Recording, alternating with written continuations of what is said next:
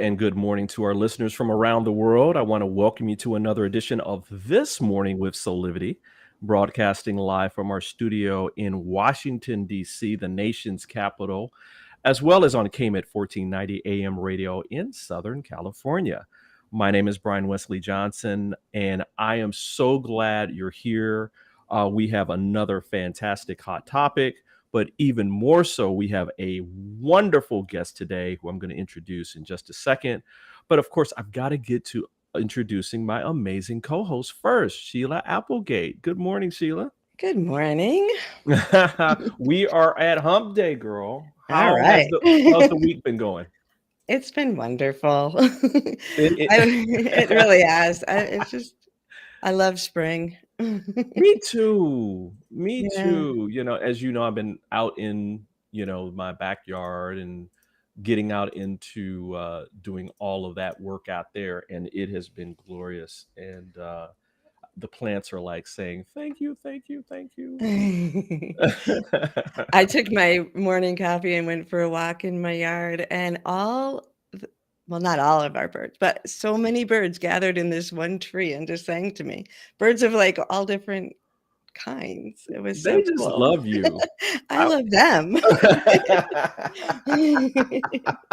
Well, listen, as I said before, we have a fantastic guest today and a great topic. I just want to remind all of our listeners from around the world, listen, we want your questions, we want your comments, your thoughts. This is an interactive conversation. So just post them to either our Facebook or YouTube live streams, and we will include you as we have our conversation today. So why don't we get to introducing our very, very special guest? Yeah. Deus Wendrea, formerly known as Dr. Andrea Pennington, is an American integrative physician, psychedelic assisted therapy facilitator, acupuncturist, and creator of the cornerstone process for conscious evolution and the attunement meditation. Deus has written and contributed to 18 different books, including she's the best-selling author of The Top 10 Traits of Highly Resilient People and The Real Self-Love Handbook. She is also an international speaker with over 4 million views of her TED Talks, host of the Conscious Evolution podcast, and has a vast career in global media and documentary filmmaking. So with that, it is my pleasure to welcome to This Morning with Soulivity, Dr. Wendrea Pennington. How are you, girl? I am well. Thank you. Thank you for having me. Oh, absolutely. No, thank you for being here. All the way from Conference. I'm so glad that you're here. This is just going to be great.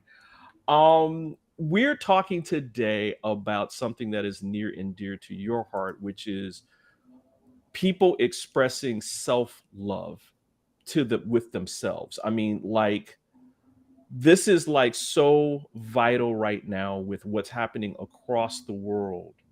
And so my first question to you is, how did this part of your journey begin where you're creating this movement with people becoming more resilient, more loving, and more passionate about themselves?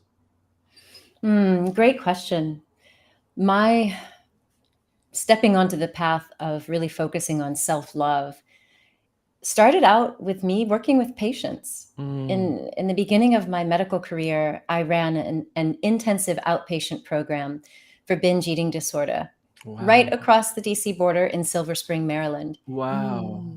And for many years, I was running these groups 3 nights a week and one on the weekends, and seeing people recover. And at the heart of a lot of substance use disorder and eating disorders is trauma. Childhood trauma often leaves people with this feeling that they're not worthy of love, that they're not worthy of health, that they're not even worthy of being on the planet. And I started to recognize that some of my patients, certainly not all of them, but some of my patients really lacked self-love. And in the people who didn't love themselves, I would see that they would either switch addictions, Mm. sabotage their recovery program, or find some other drama in their lives. And it really became curious to me. So I started to dig, I started to investigate. And the most telling thing was I didn't have an eating disorder or substance use disorder, but I did notice that I had some of the same self-talk as some of my. Wow. I found out that a lot of the depression I was living with was also tied to a lack of self-love. Mhm. And if you've seen my TED Talk, you know I open by asking, could you look in the mirror and say, I love you, Mm. me? Mm. And Mhm. when we had our patients doing that in this program, I realized, wow, no, I can't look at myself and just say, yeah, I love you for no reason. All of my sense of self-worth was tied to performance, was tied to getting things right. It was all around perfectionism. And that's when I realized, God, we need to do some work here. Yeah. Mm. Yeah. Yeah. That's Wow. beautiful. Yeah. I love that you are able to reflect in yourself as you are working with patients or clients, because I think that's one of the attributes that really helps us to reach them where they are. So, as you took that journey to exploring that self worth in yourself and in others, it's really led you also to explore the inner child as well. Can you talk Hmm. about that a little bit? Yes, absolutely. What I noticed in my patients and in myself was a lot of those beliefs, those limiting beliefs, and that self talk were coming from parts of us. You could call it an inner child. In my case, I had an inner teenager, I had an inner toddler. All our And people. exactly, you have all these internal parts, but my inner toddler really firmly believed that she was not good enough, that she always had to be performing or, proving her worth. And as we started to get into rewriting these beliefs and rewiring the brain, that's when I realized you've got to do work with that inner child. Because Mhm. even if you, as an adult, you're conscious and you realize, okay, I strayed down this path because of past trauma, and I'm not going to blame my parents anymore. I understand my dad was an alcoholic or my mother was this or that. You get to an intellectual understanding Yeah. and you Yeah. think I should be good by now. However, those other parts of the psyche, they're still frozen in time. Yeah. So you've Mhm. got to work with the inner child to help it unburden itself of those false beliefs. And in my case, I really did believe that you're not a good girl unless you are getting good grades and following all the rules. There was a Mhm. whole thing around authority figures. Mhm. And I did not believe that I was lovable, unless I met certain criteria. And that was because of the way I was raised. It was a very dysfunctional household before my parents got divorced. And the love that I experienced was very conditional in the home. And Mm. so it took a long time for that inner child to hear and to Mhm. understand that dad got it wrong, mom Yeah. got it wrong. Yeah. As they meant well. They tried to raise their children, but the strictness and the severity and the lack of emotional connection, I had to explain to this inner toddler, they were wrong.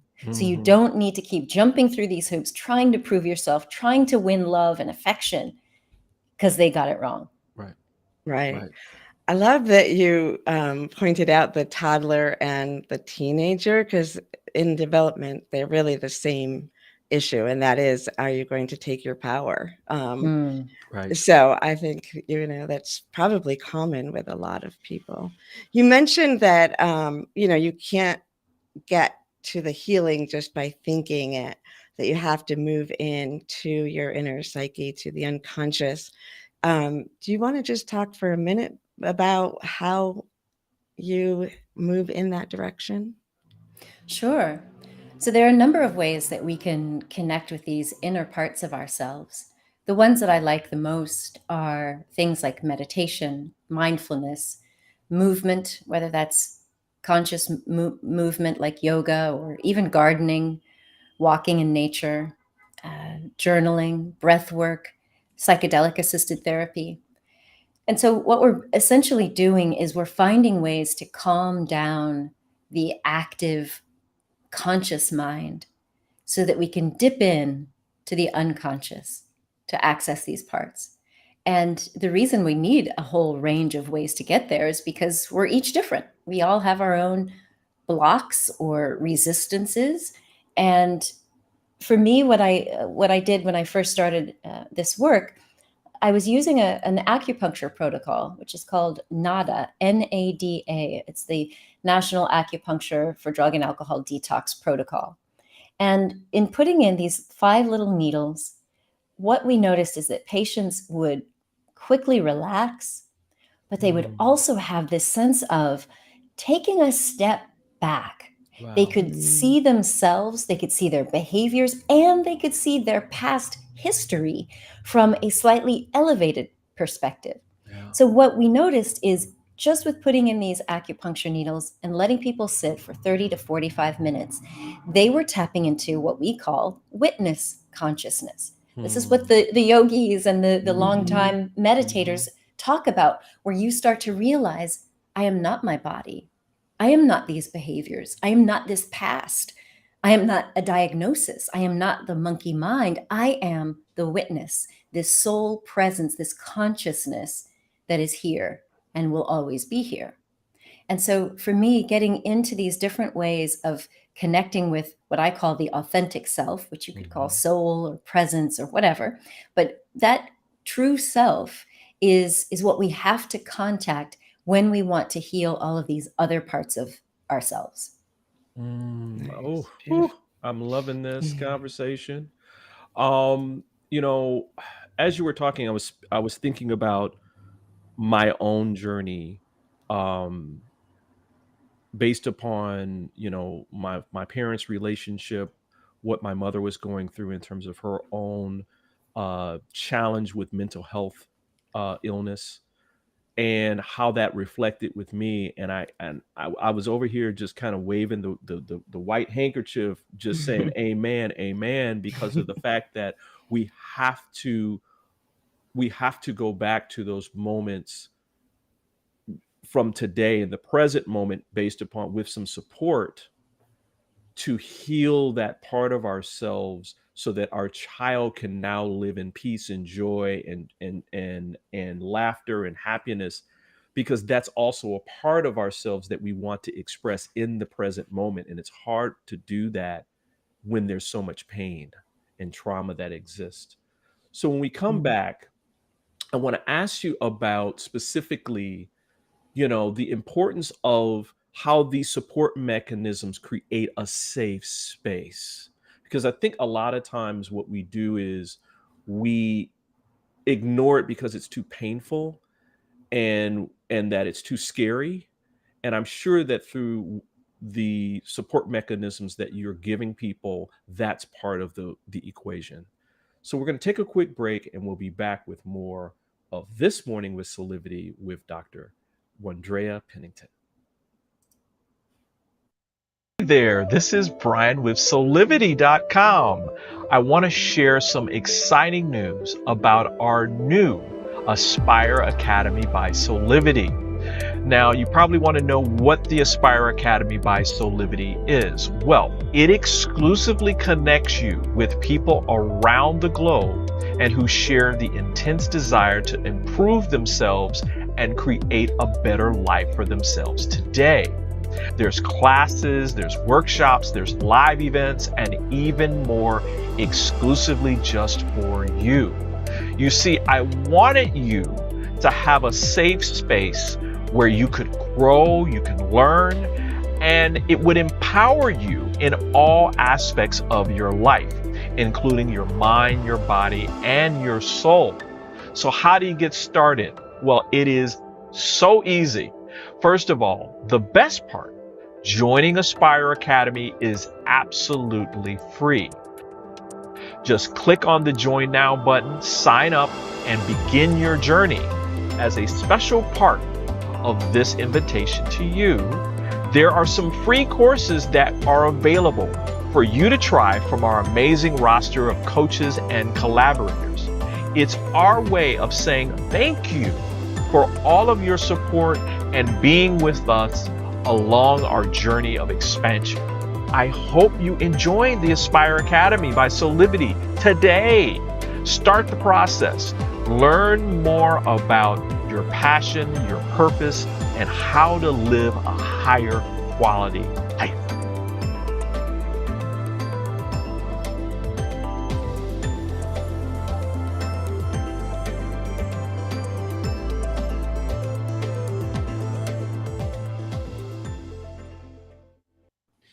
And we're back with more of This Morning with Soulivity. We are talking about the real self-love movement with our very special guest, Dr. ANDREA Pennington. And so glad that you're here. When we left off, you were talking about all these different support mechanisms for people to get connected to their inner child, may that be a toddler, a teenager, and such. And I also thought through my own life that part of that process was also the importance of creating a safe space. And I think sometimes we don't talk about that part of like therapy that's there. I think sometimes people think, oh, well, I'm just got to jump right into the pool with my clothes on and all that kind of thing. Can you talk a little bit about that? That's a great point, Brian. A lot of us do struggle with facing these tender parts of ourselves because of the pain and the sadness or the grief or the anger that they hold. And whether we're going into psychotherapy or psychedelic assisted therapy with psilocybin or ketamine or what have you, we have to create a sense of safety in yourself. Yeah. So it's not just about safety between me and my client or in the space if we're doing group work. It's also about learning how to tune back into your own nervous system to create a sense of safety, or at least know how to bring yourself out of sort of that fight or flight, that panic, that sense of overwhelm that can often come when we're facing old wounds. And so one of the easiest ways that people can learn to start training their nervous system and creating a sense of safety is to begin a breathwork practice. Yeah. So even before I'm going to tell you to meditate, because I know folks will say I'm a bad meditator, my mind wanders, start fidgeting. Like that's what we all do when we started. But if you can sit for just 5 minutes a few times a day and just follow your breath, you can count the breaths or you can just follow it, 4 counts on the inhale, hold for 2 seconds, and then 6 counts slowly exhaling. And just every time your mind wanders, you bring it back to the breath. When you start going through your to-do list, you bring it back to the breath. When you start asking, am I doing this right? How many numbers did I count? You just start again and you come back to the breath. Because what you're learning to do is take back control. Oftentimes we have parts of us that get activated, some protector part or a manager part that's like, oh my God, we're going to go think about that old wound. Let's distract. Where you might start binging, or you might say, oh, let me go do the laundry. The laundry been sitting there for days, and all of a sudden, the laundry.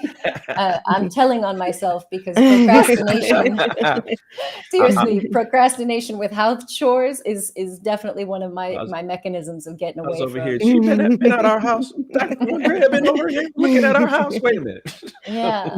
So when you can teach yourself to come back to your breath, to count those breaths, you will start to turn on the relaxation response. We are all familiar with the stress response, the fight or flight that gets us revved up, our blood pressure and our heart rate and our breath rate. When you learn to slow down your breath, you slow down the heart rate, you bring down your blood pressure, and you literally initiate a response in the brain called the relaxation response. Now, the more that you practice that when you're not in a stressful situation, the more likely you will be able to call on that when you get into a tense or frightful situation. So this is where we start. This is where we learn to befriend our own nervous system and to create a sense of safety. And this is also a good time to start inserting other self-talk. Now, we all know what the inner critic says, or the inner scaredy cat, but in these moments we can say, I am here and I'm present and I'm not going to leave. Because you're training these internal parts to now trust you. Right. They may not have actually trusted us. The adult in the room is not always the Right. most trustworthy. Let's be Right. honest. Right. So we're learning to create trust and we're learning to create connection. And the best way to do that is to start with your breath. That's beautiful. Mm. I was a therapist, then I left I left to do energy work and meditation and spiritual connection work with people because, like you had said right before we went to break, you can think it, but you can't get over it. And so I love that you're creating a safe space within the self, and the breath is a great way to start. And like you said, meditation. I'm really fascinated in the use of the psychedelic support and how you create that for people in that. Like, how do you take people through that process? Because more and more it's being talked about and used in the therapeutic industry, or what I guess it is the therapeutic industry. That was a slip of the tongue. Environment as we're trying to heal people. I think we're waking up, and I just am fascinated with how you create that setting and help people to do this work through that use. Well, in the United States, right now, ketamine is legal for psychedelic assisted therapy. Ketamine is a dissociative anesthetic that has very psychedelic properties that can really help people tune in and access wounded parts of themselves for healing. I'm also trained and certified to facilitate with MDMA and psilocybin when those become legal in the United States. I can currently do that in other countries where psilocybin mushrooms are legal. So in Costa Rica, Jamaica, the Netherlands. And so for me, the first thing that we do is exactly what we've talked about. We start to explore the inner landscape through meditation, through journaling, through breath work. Of course, I prepare people. We have, preparation sessions before they even take one of these psychedelic substances. And that way they're really prepared. A lot of people are afraid of psychedelics because they're afraid, it's a hallucinogen. What am I going to see? What am I going to face? Right. And right. the more time that you spend getting to know your shadow, the less you have to be afraid of. And so the shadow is not just the bad parts of us, the parts of us that we disown or hide or deny, but it's also the good parts. You have a happy inner child. It may have been shoved into the shadow long, long ago and you don't have access to it. But there are other good parts of you, your creativity, your passion, your confidence.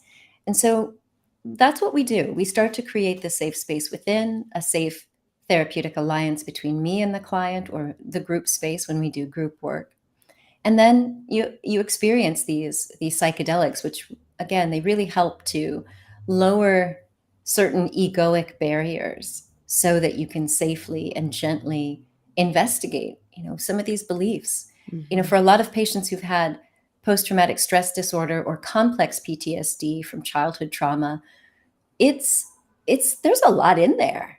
And it can be quite overwhelming when it bubbles up to the top.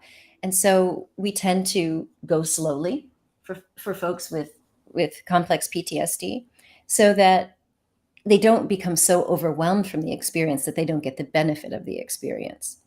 Now, I personally have healed from a great deal of childhood trauma using ayahuasca, sitting in ceremony with psilocybin, and to some extent my ketamine experiences as well. And so I'm convinced of its power, and it's why over the last several years I've brought it into my toolkit for working with people. That's great. Dr. Wondra, can you share maybe an experience where you were using these therapies yourself, moving out of the victim state into what I would call a hero state for yourself, right? Where you become your own hero.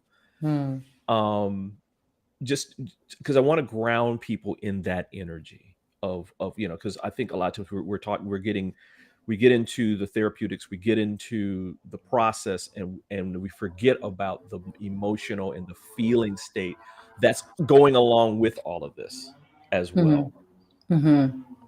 Yes, I can share some of my own experience with processing my mother's transition. My mother Ooh. transitioned from the earth to another life in September of 2021. And I had the opportunity to sit with psilocybin and process. Now, the surprising thing was I wasn't just processing, losing my mother. I actually got to let go of a whole host of childhood beliefs, some of which I didn't even know were there. So, for example, I sat with the medicine, and as it started to take hold, I could feel myself crying, and I felt like, okay, I'm really going to get out some of my sadness. And then I saw this scene. I saw a scene of me as a toddler in the home that we lived in Nevada. And I could see all of this tension and fighting between my mom and my dad. And my sister and brother were there. And it was like in the vision, this tension was dark. It was like this dark energy floating around the household. And it seeped into little baby me. Mm. And in witnessing this scene, I just wept. And I'm like, no wonder you've carried so much darkness, because you didn't have a chance. You didn't stand a chance. And then I saw that as this baby version of me grew up, she carried with her this belief, which I've never consciously thought of as an adult, but there was this sense, this knowing in the psychedelic experience that this baby carried the belief, it's all my fault. Breathe. And I wept. I just burst out in more and more tears and snot flowing down my face as I connected with this baby version of me. And I said, of course you thought it was your fault. And then it played out. I could see how that belief of it all being my fault also fueled me trying to be the good kid, trying to be the good girl, trying to get everything right. And it persisted all the way up into my adulthood. Wow. And so as I'm sitting with this psilocybin ceremony, and I wept for the me that I was able to give it back. I saw my mother, who at that point had already passed on. So I saw her kind of go off into the sky, and with her went the darkness. Wow. And as I saw that darkness leave, I was like, these are her unhealed wounds from her childhood trauma that she had just leaked all over us. She took it away. And I could grab that little toddler version of me and say, you don't have to live with that anymore. So that is something that I never got to in talk therapy. I never got to that in my traditional practice. It was through the power of opening up with psilocybin. And again, seeing things that I had not any conscious awareness of. Now, I will tell you that some of the things I saw in that household, I had to confirm. So I called my sister, who is 12 years older than me, and I said, hey, did this and this happen? And did mom this? And what about our brother? And she said, you can't possibly know that. You were a baby. And yet here I am with a full recollection. And so that's just one example of the power that happens when we can tap into these psychedelic states safely. Wow. You just touched my heart. I'm remembering that experience where, for myself, when I went back and I literally went to the moment that the decision was made, that I wasn't enough. Right. And so I see my inner child with your inner child, with Sheila's inner child. We're all playing now. And it's and saying thank you for doing this work. Right. I've been wanting to play. I've been afraid, and I've been wanting to play and laugh and enjoy life. And I couldn't get out of that room, that darkness. Right. So thank you for doing this. What's next for you? What's next on your plate, other than enjoying Con for a little bit? Well, I am hosting retreats in countries where psilocybin is legal. And I love that. I love being able to facilitate these journeys for people in a safe space. So definitely check out my website, ANDREAPENNINGTON.com, and you can sign up, find out about something we call Sacred Psychedelic Saturday, where I host a free harm reduction call on the first Saturday of the month, just to give people a place to connect and get educated and maybe even integrate some of their experiences. And also, I have a new book coming out Oh, on June 6th. It's called Sacred Medicine. It is exploring the psychedelic hero's journey through shamanic rituals and psychedelic ceremonies. And we've got 25 authors from around the world who've each shared and really opened their hearts to share how they have overcome trauma and other wounding through shamanic ritual and psychedelic ceremonies. It is a very heavy book, I will say, because there is a lot of trauma, but Wow. there are happy endings. Right.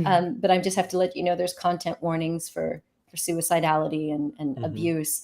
But it's really a beautiful testament to what is possible. So I would love for you guys to check out the new book, Sacred Medicine. Absolutely. And would you come back and talk with us more about that? Maybe we can bring a couple of friends too. Oh yeah, let's do it. I love it. Yes. I was being kind. I was about to say you're coming back, but I was decided to ask instead of just telling you. Any final thoughts that you're having around the discussion today that you want to give to our listeners? I want folks to know that no matter how broken you feel, no matter what you've done in the past or what's been done to you, you can connect with your authentic self and learn to love yourself. You are truly lovable. There is something worth living for in you. So don't give up. It's there. You can uncover it, and it's worth living. Wow. Beautiful. Wow. Thank you. Thank you Thank you so for that and for what you're Yeah. doing. Thank you both for having me. I've enjoyed this. Absolutely. Absolutely. We've been enjoying Dr. Wandrea Pennington.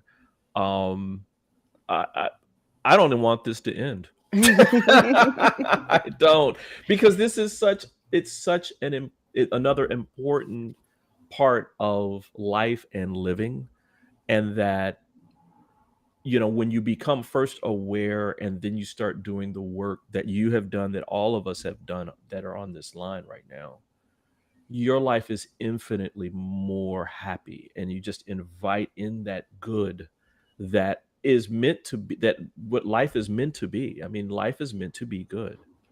And so thank you again for being here. Yeah, thank you. Yeah, it's been a pleasure. Thank you for having me. Absolutely. Listen, everybody, we're going to take a quick break, and we'll be back with more of This Morning with Soulivity.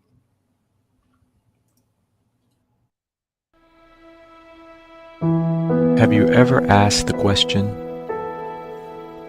if I was to be anything, what would I be? Regardless of money, regardless of status, beyond popularity and fame, living your passion,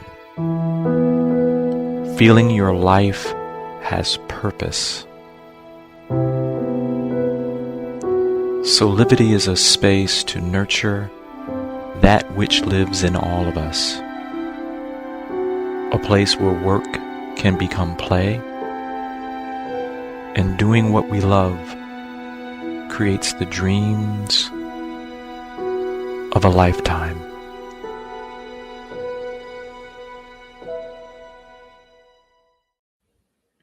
And we're back with more of This Morning with Soulivity. We were just talking with Dr. Wandrea Pennington, psychedelic therapist, speaker, and author, and we're talking about the real self-love movement. And Sheila, I'm almost in tears right now, because, I don't know about you, but for me, when she was speaking about doing that regression, going back and bringing back those memories, I couldn't help but remember that journey for myself, and not just the pain, but the freedom that came from that. I was free. Right. Yeah. It made me think of my daughter, because she was born connected to a past life that Wow. there was some trauma in it, but so I had this beautiful infant that just already was like, I'm not so sure about this world. And I was thinking, that maybe we did a lot of work with that with her when she was a child, but maybe there's still a little piece to go back for her to go back and hug, Mm-hmm. you know? Mm-hmm. Do you Yeah. remember that part? Like I know you've done this work too. Do you remember a part of that journey for yourself that you could share? Like, Yeah. You know what? When I went back in to find the inner child, I actually went back into the womb. I'm thinking wow. about my Yeah. daughter again, and we were meant to be Wow. twins, and then she didn't come through at that point. So there was this abandonment right in the womb that I Mm, had to release, and knowing that was really helpful. Not for both of us right. as we went through life. Right. I'm expressing her more than I usually do, so I hope she's okay with this. Um, but Oh, um, oh, but also I wanted to say I recently went. So I've been doing this for a large part of my life, right. starting as a therapist, and then even 30 years ago, moving into the energy work because I know it. You can't talk your way out of this. So Right. I've been working and healing myself all those years as well, but it doesn't really end because life is traumatic. So we're Yes. constantly getting new traumas. And we're protecting ourselves in moments, even into our adulthood. So just last week or the last couple of weeks, it felt like forever, but I unveiled another wound that my twin flame had been killed Mm, by a car, a hit and run, 17 years ago now. And I thought, wow. I'd already done all the grieving work, but one thing that I didn't get until just last week, it was revealed that because I could never get to the anger of it because we knew it was coming. Mm-hmm. And Mm-hmm. I couldn't be angry with the kids that hit him because I knew that they were part of the process. But I got to the anger like a couple weeks ago, and it was the anger of just grief, abandonment. And for the first time, I actually imagined the car accident in real life, where Wow. before I could every time I Wow. visualized it, he was already released. I just watched his spirit watching it, but I could hear the sound and realize the reality of it. And then that anger finally came up. And I realized that I had gotten so angry that I had blocked the ability to receive deep love. Not completely, because I do have a ton of deep love, so I Right. hit it well, Right. but there Right. was a layer underneath that I was holding back from letting people love me because I Mm-hmm. didn't want to hurt that much again. Mm-hmm. So, it just keeps going and we can keep exploring more and becoming more brilliant lights. Yeah, because I mean, I'm glad you talked about the layers aspect of this, right? Because like for me, there was the initial moment that I made the decision, right? That I wasn't good enough, that I Mhm. couldn't be that I had to prove myself worthy Right. of love and appreciation. This is specifically for my mother. There were some other things that related to my father as well, but a lot of it centered around her because of my emotional connection to her. Mhm. And there were other decisions that I'll say that kind of like ripples in a pond, where the pebble hits the pond and then there's ripples that go out from that. And so Mhm. even if you get in contact with the initial impact, right, Right. there's all these other decisions that you make after that point that are like process kind of things. Mhm. Like I decided to become a people pleaser, right? Mhm. And that I had to I've you know, I had to work on that being a default, Right. right? Very early in my life. I mean, we're talking like 9 or 10 where I was like, "Oh, wow, I'm a people pleaser." Mhm. Right? And keep working on that and working on that and working on that. And I had to create, again, what I've been taught is you create a new normal, right? That decision point is always there. right? Where you can Mm-hmm. choose to go that route. But going through all this work, you choose to act differently, to make different decisions because of the result of Right. that. And so, Right. wow, yeah, and that this is a lifelong kind of thing where you're integrating all of that which happened. Because, like, for me, I mean, that happened almost 40 years ago, Right. at more than Right. that, for Mm-hmm. 45 years ago. And so, we've learned other things from that point till now. And so Right. that layers thing, don't ever, when folks, when you say, oh, Mm-hmm. well, I'm over that, I'm done with that, right? Right. Number one, be specific in terms of what you think you've mastered, because it's more mastery than you're over it. And then two, you're more than likely not over it. Right.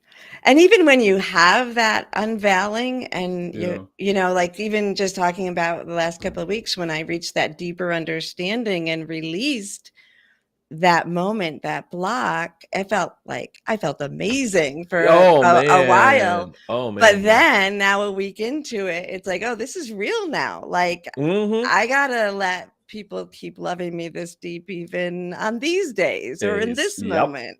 And I Absolutely. think in any situation, whether you're using meditation or energy work or psychedelic, to go in there and release that, it's an incredible release. And then you still have a process on the other side. Absolutely.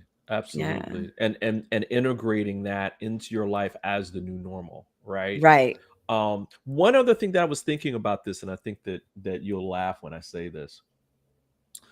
Just because someone else goes through their journey, your journey, you can't make your journey their journey. So, Right. like, for instance, like people say, oh, well, Dr. Wandrea went through this thing with her parents. Oh, well, Oh, right. that must be what I went through. Right. And so Mm-hmm. you say, well, I'm just going to take what she said and try to make that my own without doing the work, without going Mm-hmm. into, what's happening, and you're intellectualizing what your current situation is. That does not work, folks. Right. Right. That don't work. you there's no way around doing the work. Mm-hmm. And that you'll discover, like Sheila, you had your experience and your awareness, and the results of that awareness are different than mine. I Right. made different decisions that you did. I mean, at Right. the very end of the day, it's about love, right? And Mm-hmm. withholding love, but that expresses itself in so many different ways. Right. Right. Absolutely. We're all unique. Absolutely. Listen, why don't we take a quick break? And when we come back, we'll talk a little bit more about this, and then we'll go into some final thoughts. Sounds great. 6 years ago, when I started Soulivity, my vision was to support everyone in improving their life through the discovery of their passion and purpose, so they could become the best version of themselves, to battle fear and ignorance, and create a better world today. Get inspired to live your passion and purpose. Visit Soulivity.com now. And we're back with more of This Morning with Soulivity. I just love that commercial. It's a good one. Yeah, it's a good one. Sheila, any final thoughts that you're thinking of right now? Well, I'm thinking we do need Dr. Wandrea to come back if she will, because, we talked about how this can work, and she talked a little bit about how she offers this. And I think if people are exploring using the psychedelics as part of their healing process, reaching out to her is a wonderful choice. Yeah. Going into it on your own would be very different, and you can't control control that. Right. So we didn't get to hear how she helps people focus while under the influence of a psychedelic. Yeah. But that's an art in itself. So I just wanted to make sure people understand that this is a process. And if you are using that for healing or for healing old wounds or traumas, that it's important to have someone guide you that knows what they're Woo. doing if you're unexperienced in that. Absolutely. Do not do this on your own. Do not do this on your own. And don't have, and again, you can't really have too many expectations, whatever way we're doing it. If I'm Right. leading a meditation for someone to go in, I do that interactive meditations, which is similar, but if they try to control it and think they know what they're going to do, it's not going to work, right? So we always have to be open to let the process unfold. Our brain wasn't able to get us out of it before, so we can't take the brain all the way with us, right? Can't be in charge. And that of itself is a defense mechanism. Exactly. Right? Exactly. Like, I was thinking about that. One other thing that I would love when Dr. Wendrea comes back is, different therapies work for different people. And that you don't necessarily have to go into the psychedelics. Maybe energy work works better for you. It can open you up, Right. including breath work or mindfulness kind of techniques. They're all like great. The main part is, I think, if you haven't even tried talk therapy yet, I think making the leap into something else that maybe you in of yourself may think it's extreme, don't force yourself to do that. Right. Do something that's more that's safer. One other thing I would say is, make sure the person that you're going to seek support is someone who's really qualified. So really interview, really ask questions about what they do, how they do it. Get information from other people about their experience with that person who is a practitioner or a therapist, whoever it is. Because I've also found that people who have just gone to somebody who says they're a therapist or just says that they do this stuff, and they haven't done like the study, right? They don't have like a long client list of people who are saying, yes, I've been through this, it's okay, it's safe, I've got a lot of benefit out of it. That can be really detrimental. And again, there's a part of us that doesn't want this to work. Right. It's a very strong part of us. Exactly. And so, that in itself can be a defensive measure, so that you are sabotaging and telling yourself, well, oh, I tried it and it didn't really work. See, I knew it wasn't going to work. And so I'm going to go back to being in pain and what is safe for me in being that victim, right? Staying in that state of, well, I know what to expect out of this life based upon these decisions. I don't know what I'm going to get if I do this other thing. Right. So just thoughts around that too. And I'm sure, Sheila, I'm sure you've gone through that process and have been asked questions as a therapist, and other. Absolutely. I mean, you want to make sure you're resonating with the person, even if they're highly qualified. If it's not a resonance, it's not your person. Oh man, yeah, absolutely. We still got a lot of stuff going on here at Soulivity.com. And so, Sheila, what's happening with you? Well, I have some exciting news. I have a book coming out. Zach and I are in our healing modality or energy modality, fractal illumination, actually was brought to us through the spirit of ayahuasca, though I wasn't anywhere near the plant at the time, but that energy came through me naturally, and that is actually where fractal illumination started. So we have a group coming up we're gathering on June 3rd. And then on June 6th, the book that we will be featured in, that's an Energy Healing Oracle, is being released on June 6th or 7th, but right around that time. Yep. So that's really exciting news. And then this afternoon at 11 a.m. Eastern time, we have our next Joy Keepers Cafe and meditation, and that is free. And we will get the link right up here for you. You can go to joykeepers.org/cafe and sign up and for free, and then you'll get the link to join. Cool. I'm bringing that up so that people can see it, because I love the Joy Keeper. I just put it on the thing for you, Brian. I got so caught up in Dr. Wandrea that I didn't get ready for you. No problem. No problem. That's how we do it here. It's all good. And yeah, guys, please, everybody, go reserve your seat today for the Joy Keepers Cafe.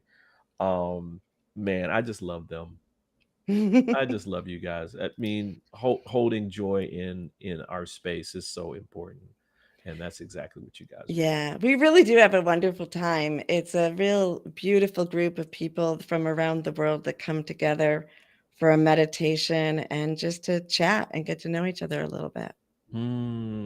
Well, I love our chats together. Me too. Let's do it again tomorrow. Yeah, let's do it again tomorrow. Absolutely. Listen, everybody, we've got another great show happening tomorrow, so please join us. Also, follow us on social media and join our mailing list by visiting the This Morning Soulivity site on our website. And on behalf of all of us, I want to say thank you for joining us for this episode. And we hope that you come back and join us every weekday at 8 a.m. Eastern for our live broadcast, or you can listen at 9 a.m. Pacific time on Thursday and Friday on KMET 1490 AM radio for all of you on the West Coast. So until next time, keep having real conversations that empower, and we'll see you again. Bye.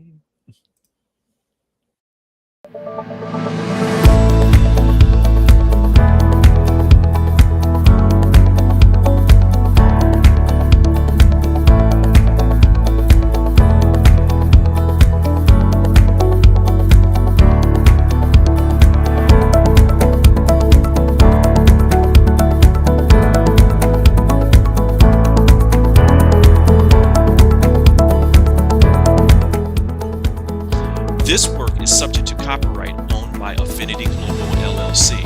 Any reproduction or republication of all or part of this is expressly prohibited unless Affinity Global LLC has